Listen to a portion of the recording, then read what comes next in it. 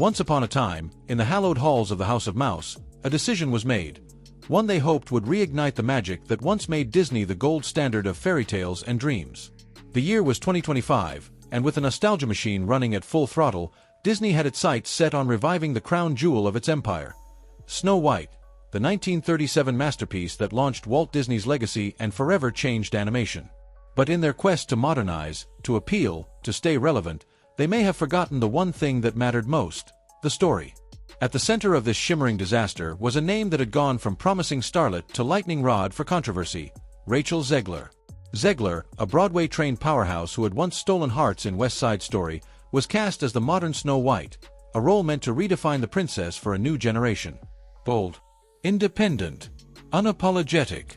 But what started as a modern twist quickly unraveled into a tale of arrogance, marketing missteps, and a corporate behemoth scrambling to plug a shipwreck-sized leak. And when the smoke began to rise, commentator Ben Shapiro, never one to shy away from media battles, stood front and center with a verbal flamethrower aimed at the whole operation. From the very beginning, the remake was steeped in uncertainty. Rumors circulated about creative updates. No dwarves, just ambiguous forest creatures. A plot less about love and more about finding your own strength. And then came the interviews, those infamous clips where Rachel Zegler, speaking with the unfiltered confidence of a rising star, did something almost unthinkable.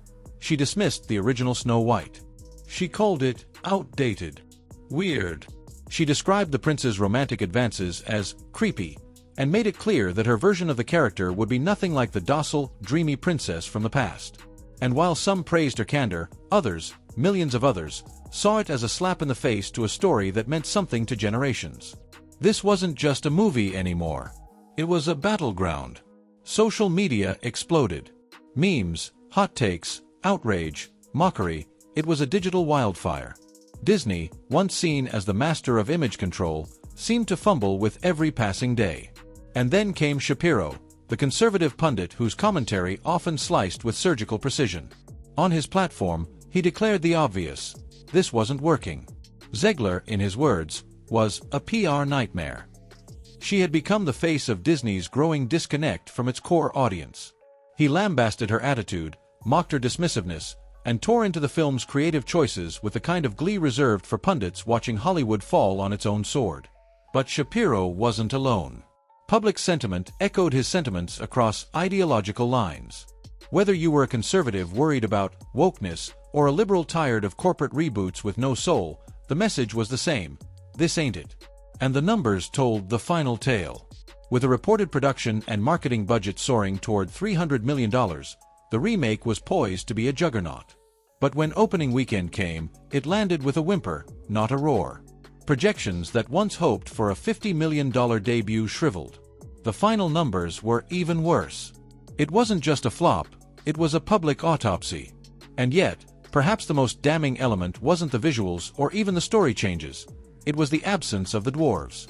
These weren't just minor characters, they were iconic, beloved, symbolic. Replacing them with generic forest dwellers robbed the tale of its rhythm and heart. Fans, many of whom had been willing to give the film a chance, turned away completely. For Disney, this was an existential reckoning. They had spent years chasing modernity, tweaking characters to fit new ideologies, and attempting to update stories that never really asked to be changed. But somewhere along the way, they had lost touch with why people loved these tales in the first place. They weren't just watching characters, they were watching memories, dreams, values. And when you disrespect those things, the audience notices. Behind the scenes, panic took hold. Rumors from insiders suggested the executives had been blindsided. They had no idea the backlash would be this intense. Some claimed Zegler's interviews had gone unvetted, that her talking points hadn't been pre-approved. Others whispered that Disney tried desperately to reshoot portions of the film to fix what could be salvaged. But it was too late. The story had already been told, in headlines, in TikToks, in the minds of millions who had decided this movie wasn't worth their ticket. Zegler, for her part, found herself at the center of a storm no rising actress should have to weather. She was young, confident, and thrust into a role that demanded diplomacy, grace, and reverence for legacy.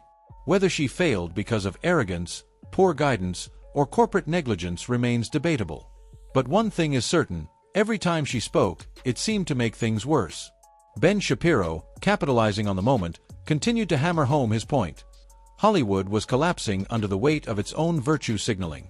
And while some dismissed his commentary as another conservative rant, many admitted he had a point. If you can't sell nostalgia without insulting it, why make the movie at all? The damage, by then, was irreversible. Merchandise sat on shelves. Streaming plans were quietly scaled back. Disney's once pristine brand took another dent in a long line of recent stumbles. From the Marvels to Indiana Jones 5, and now Snow White, the pattern was clear: the magic was fading.